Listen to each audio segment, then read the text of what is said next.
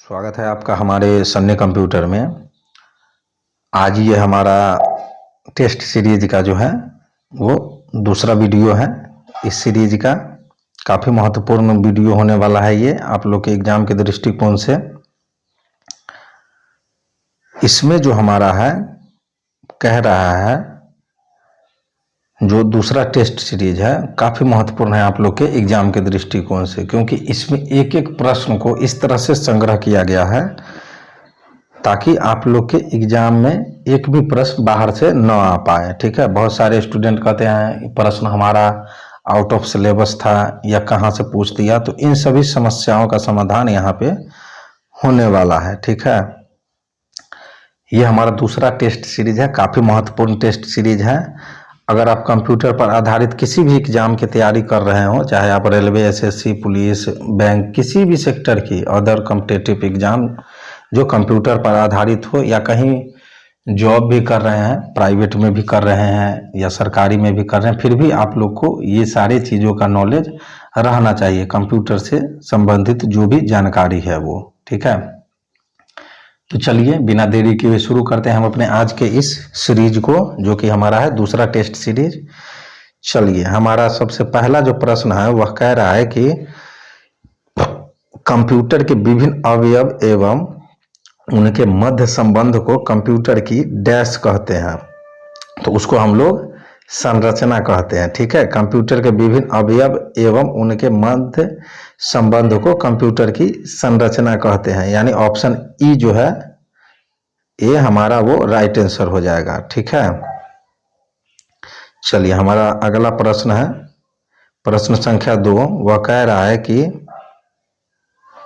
प्रश्न संख्या 2 कह रहा है कि डैश यूनिट मनुष्य द्वारा समझे जाने वाले डाटा और प्रोग्रामों को ऐसे रूप में बदल देती है जिसे कंप्यूटर प्रोसेस कर सकता है। तो इनपुट यूनिट जो है वह मनुष्य द्वारा समझे जाने वाले डाटा और प्रोग्रामों को ऐसे रूप में बदल देता है जिसे कंप्यूटर प्रोसेस कर सकता है। ठीक है, यानी ऑप्शन डी जो है हमारा वो राइट आंसर हो जाएगा। चलिए प्रश्न संख्या 3 हमारा 2 है, वो कह रहा है, सॉरी इसमें थोड़ा सिस्टम गड़बड़ हो गया है, 3 होना चाहिए था यहाँ पे। चलिए कोई इशू नहीं, प्रश्न देखते हैं हम लोग। हमारा प्रश्न कह रहा है कि निम्न में से क्या कंप्यूटर सिस्टम के कार्य करने के लिए सर्वाधिक जरूरी अवयव है। ठीक है, तो इनपुट इकाई जो है वह कंप्यूटर सिस्टम के कार्य करने के लिए सर्वाधिक जरूरी अवयव है। ठीक है, यानी ऑप्शन ए हमारा जो है वो राइट आंसर हो जाएगा। ठीक है, प्रश्न संख्या हमारा 3 कह रहा है कि निम्न में से इनपुट, आउटपुट तथा प्रोसेसिंग डिवाइस साथ मिलकर क्या निरूपित करते हैं। तो निम्न में से जो है इनपुट, आउटपुट और प्रोसेसिंग डिवाइस मिलकर जो है कंप्यूटर सिस्टम निरूपित करते हैं। ठीक है, यानी ऑप्शन सी जो है हमारा वो राइट आंसर हो जाएगा। हमारा प्रश्न संख्या 4 कह रहा है कि निम्नलिखित में से कंप्यूटर का मुख्य भाग कौन सा है।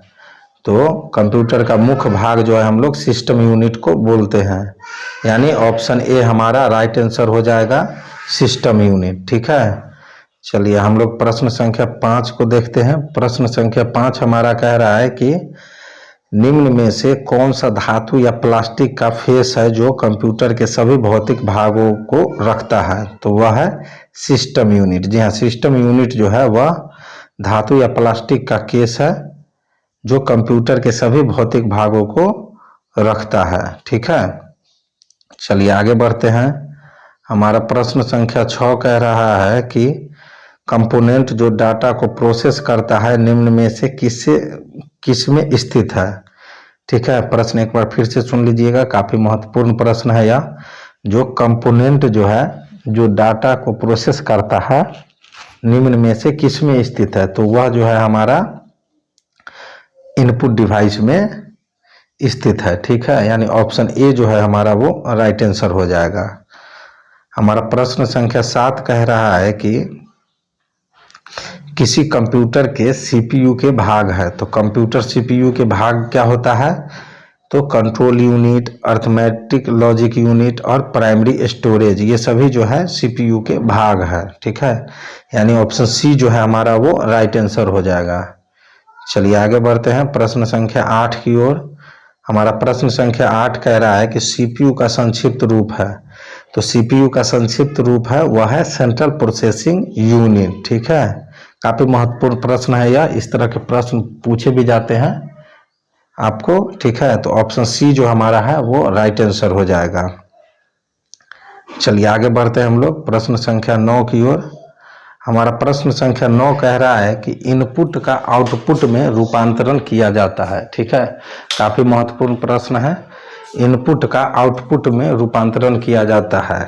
ठीक है, पूछ रहा है किसके द्वारा जो है इनपुट का आउटपुट में रूपांतरण किया जाता है। तो सीपीयू द्वारा जो है वह इनपुट का आउटपुट में रूपांतरण किया जाता है। ठीक है, चलिए आगे बढ़ते हैं हम लोग प्रश्न संख्या 10 की ओर।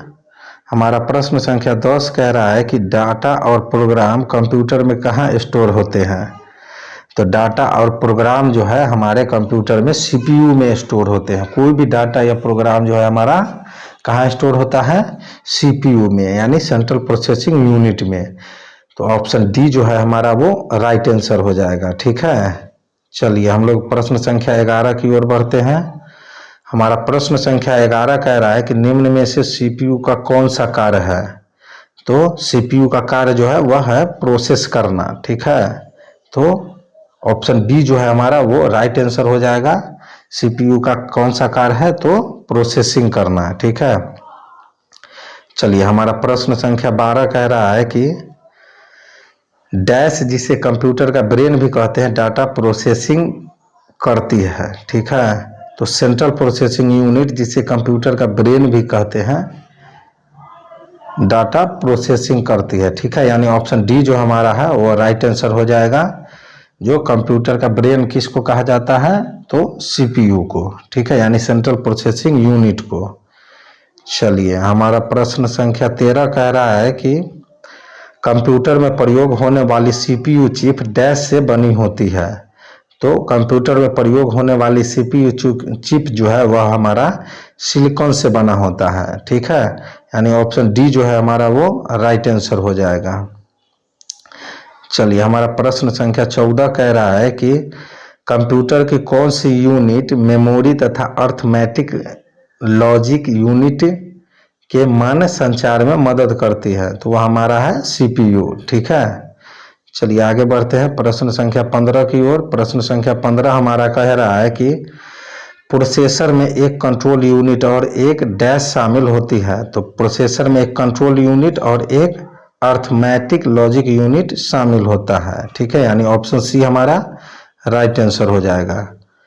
चलिए प्रश्न संख्या 16 हमारा कह रहा है कि एएलयू के मुख्य फंक्शन का कार्य है। तो एएलयू के मुख्य फंक्शन का कार्य है अर्थमेटिक और लॉजिकल ऑपरेटर्स को प्रदर्शित करना। ठीक है, यानी ऑप्शन ए जो हमारा है वो राइट आंसर हो जाएगा। हमारा प्रश्न संख्या 17 कह रहा है कि कंप्यूटर का कौन सा भाग कैलकुलेटिंग एवं कंपेयरिंग के लिए इस्तेमाल होता है। तो हमारा एएलयू जो है वह कैलकुलेटिंग एवं कंपेयरिंग के लिए इस्तेमाल होता है, यानी ऑप्शन ए हमारा राइट आंसर हो जाएगा। हमारा अगला जो प्रश्न है प्रश्न संख्या 18 वो हमारा कह रहा है कि कौन सी यूनिट संयोजन डिजिटल इलेक्ट्रॉनिक सर्किट है जो इंटीजर बाइनरी संख्याओं पर अर्थमेटिक तथा बिटवाइज ऑपरेशन को करती है।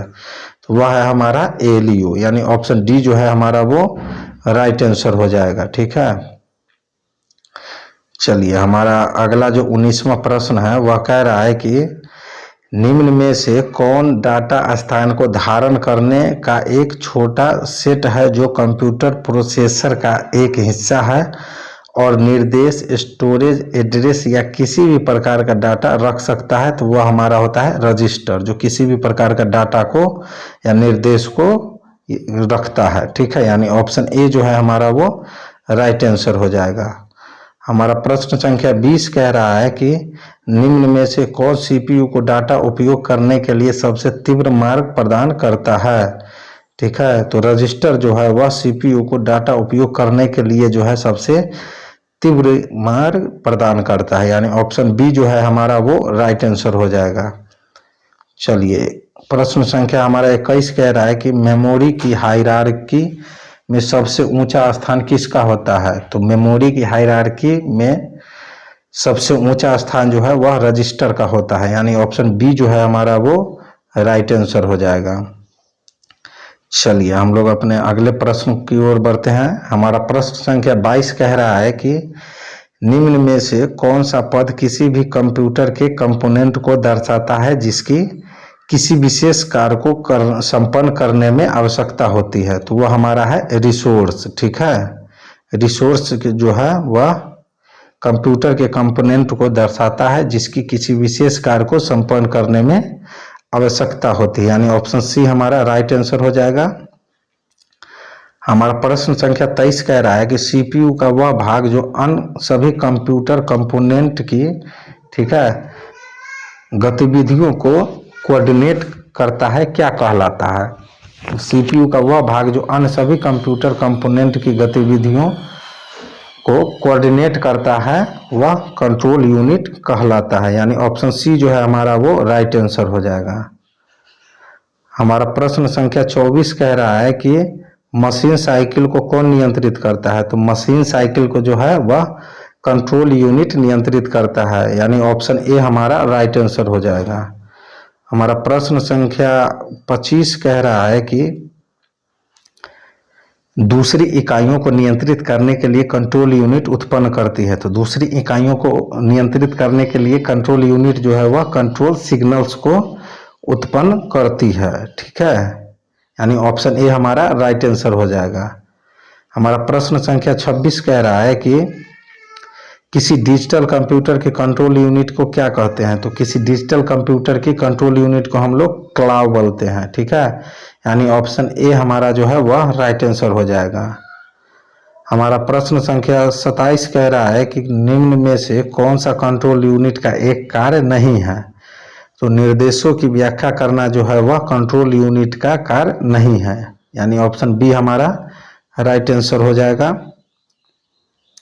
हमारा प्रश्न संख्या 28 कह रहा है कि निम्न में से क्या एक कंप्यूटर प्रणाली में एक महत्वपूर्ण सेक्रेटरी है जो प्रोसेसर के संचालन का निर्देशन करता है? तो वह हमारा कंट्रोल यूनिट। ठीक है, यानी ऑप्शन डी जो है हमारा वो राइट आंसर हो जाएगा।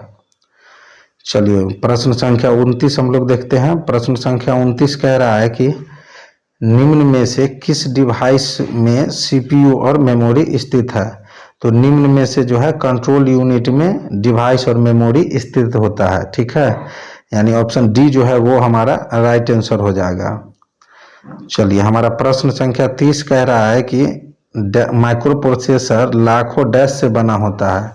तो माइक्रो प्रोसेसर जो है वह लाखों ट्रांजिस्टर से बना होता है, यानी ऑप्शन बी जो है वो हमारा राइट आंसर हो जाएगा। ठीक है, हमारा प्रश्न संख्या 31 कह रहा है कि कंप्यूटर का माइक्रो प्रोसेसर जो है डैश है। तो कंप्यूटर का माइक्रो प्रोसेसर जो है वह केवल मशीन की भाषा समझता है, यानी ऑप्शन ए हमारा राइट आंसर हो गया। ठीक है, चलिए हमारा प्रश्न संख्या जो है 32 वह कह रहा है कि माइक्रो प्रोसेसर की खोज हुई थी। तो माइक्रो प्रोसेसर की खोज जो है वह वर्ष 1969 में हुई थी, यानी 1969 ईयर में हुआ था। ठीक है, यानी ऑप्शन बी जो है हमारा वो राइट आंसर हो जाएगा। माइक्रो प्रोसेसर की खोज जो है वर्ष 1969 में की गया था। चलिए हमारा जो है 33वां प्रश्न वह कह रहा है कि सेंट्रल प्रोसेसिंग यूनिट के सभी कार्य कौन करता है? तो सेंट्रल प्रोसेसिंग यूनिट के सभी कार्य जो है वह माइक्रो प्रोसेसर करता है। ठीक है, यानी ऑप्शन ए जो है हमारा वो राइट आंसर हो जाएगा। हमारा 34 नंबर प्रश्न कह रहा है कि माइक्रो प्रोसेसर को डैश भी कहते हैं। तो माइक्रो प्रोसेसर को हम लोग चिप भी कहते हैं। ठीक है, यानी ऑप्शन ए जो है हमारा वो राइट आंसर हो जाएगा। हमारा प्रश्न संख्या 35 कह रहा है कि निम्न में से कौन सा पहला माइक्रो प्रोसेसर था? ठीक है, तो पहला सबसे जो माइक्रो प्रोसेसर था वह था इंटेल 404। ठीक है, ये हमारा जो है ऑप्शन ए वो राइट आंसर हो जाएगा। पहला माइक्रो प्रोसेसर कौन था? तो इंटेल 4004। ठीक है, चलिए आगे बढ़ते हैं प्रश्न संख्या 36 की ओर। प्रश्न संख्या 36 हमारा कह रहा है कि कंप्यूटर द्वारा निष्पादित बेसिक फंक्शन है। तो कंप्यूटर द्वारा निष्पादित बेसिक फंक्शन क्या है? तो हमारा ऑप्शन ए है डाटा प्रोसेसिंग, ऑप्शन बी है डाटा स्टोरेज, ऑप्शन सी है डाटा मूवमेंट और ऑप्शन डी है ये सभी। जी हाँ, तो कंप्यूटर द्वारा निष्पादित बेसिक फंक्शन है वो है ये सभी है, ठीक है। Data processing, data storage, data movement, ठीक है। यानी ऑप्शन डी जो है हमारा वो राइट आंसर हो जाएगा। प्रश्न संख्या 37 हमारा कह रहा है कि सिस्टम यूनिट के मेन सर्किट बोर्ड को कहते हैं। तो सिस्टम यूनिट के मेन सर्किट बोर्ड को हम लोग मदरबोर्ड कहते हैं, ठीक है। काफी महत्वपूर्ण प्रश्न है। तो ऑप्शन सी जो है हमारा वो राइट आंसर हो जाएगा, ठीक है। यानी सिस्टम यूनिट के मेन सर्किट बोर्ड को हम लोग मदरबोर्ड कहते हैं, ठीक है।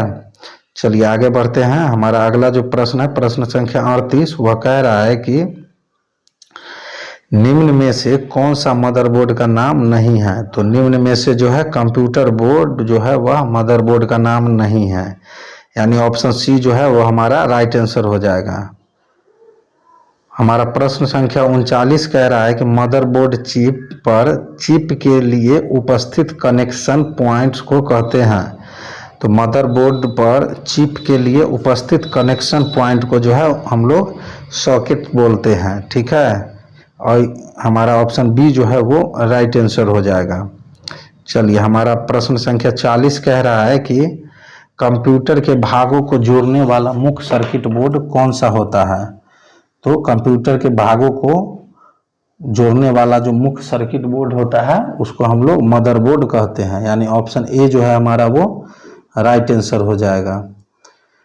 प्रश्न संख्या हमारा 41 कह रहा है कि कंप्यूटर के मदरबोर्ड पर एक्सपेंशन स्लॉट का क्या कार्य है?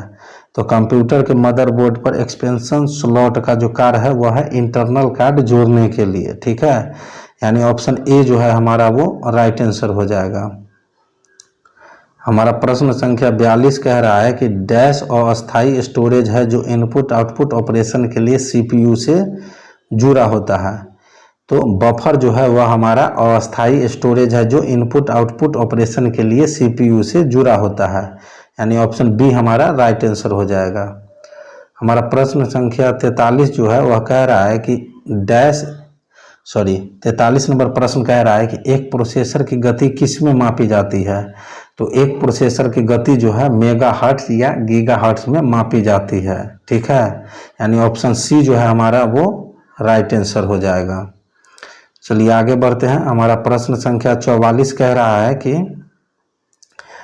डीएमए का पूर्ण रूप है, ठीक है। तो डीएमए का पूर्ण रूप क्या होता है? डायरेक्ट मेमोरी एक्सेस, ठीक है। यानी ऑप्शन बी जो है हमारा वो राइट आंसर हो जाएगा, डायरेक्ट मेमोरी एक्सेस।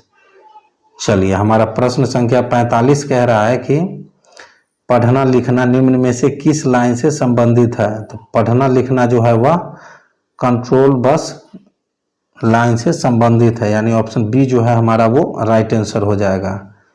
हमारा प्रश्न संख्या 46 कह रहा है कि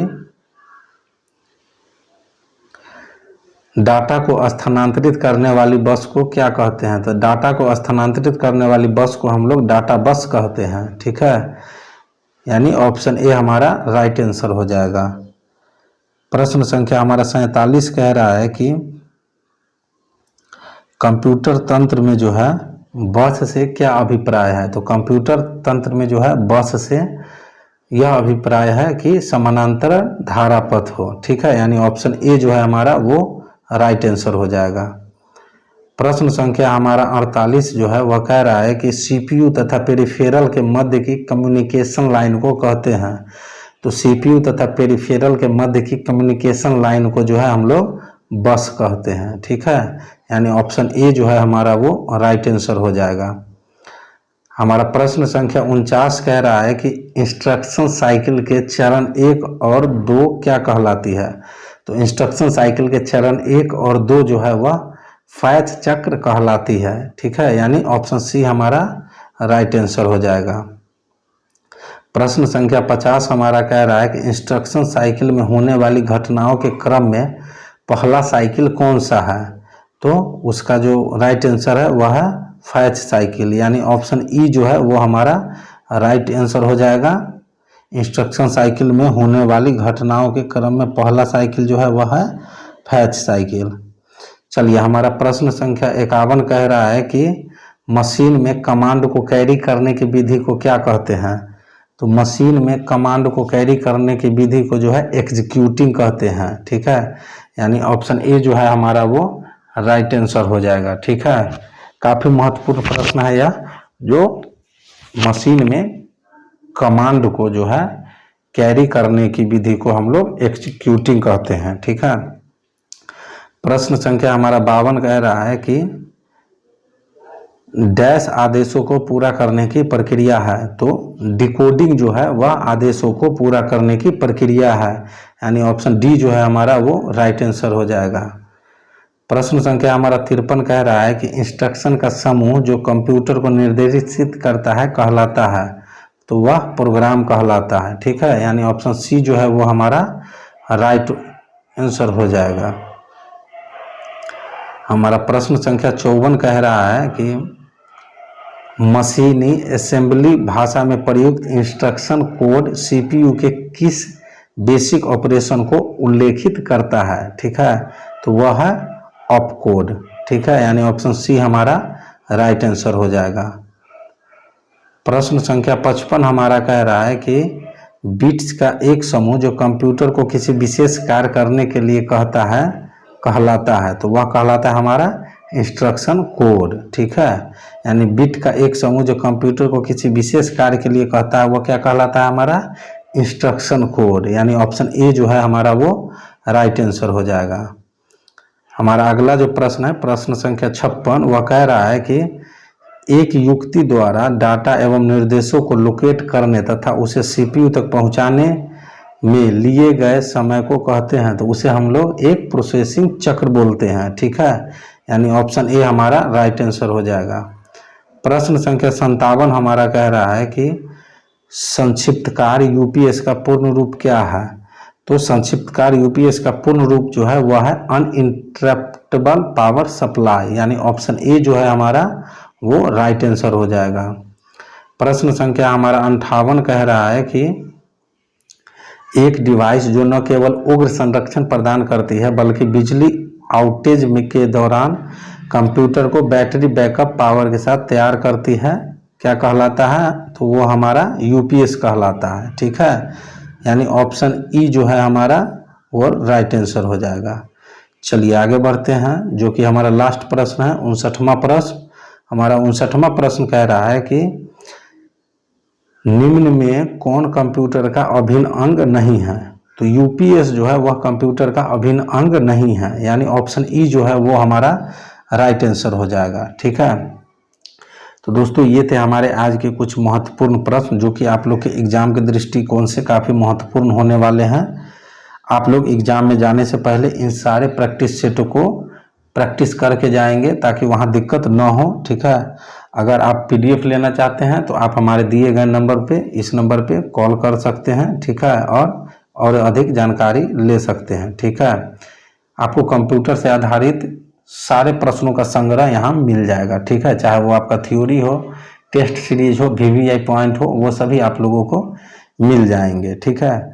तो चलिए हम लोग मिलते हैं अपने अगले टेस्ट सीरीज में, जो कि हमारा टेस्ट सीरीज तीसरा रहेगा। तीसरा टेस्ट सीरीज में हम लोग देखेंगे किस तरह के प्रश्न हमारे एग्जाम के दृष्टिकोण से बनते हैं और उन सारे प्रश्नों पर हम लोग ऑपरेशन करके समझेंगे उन सारे प्रश्नों को, ठीक है। तो चलिए मिलते हैं अगले वीडियो में नए प्रश्नों के साथ। तब तक के लिए जय हिंद, जय भारत।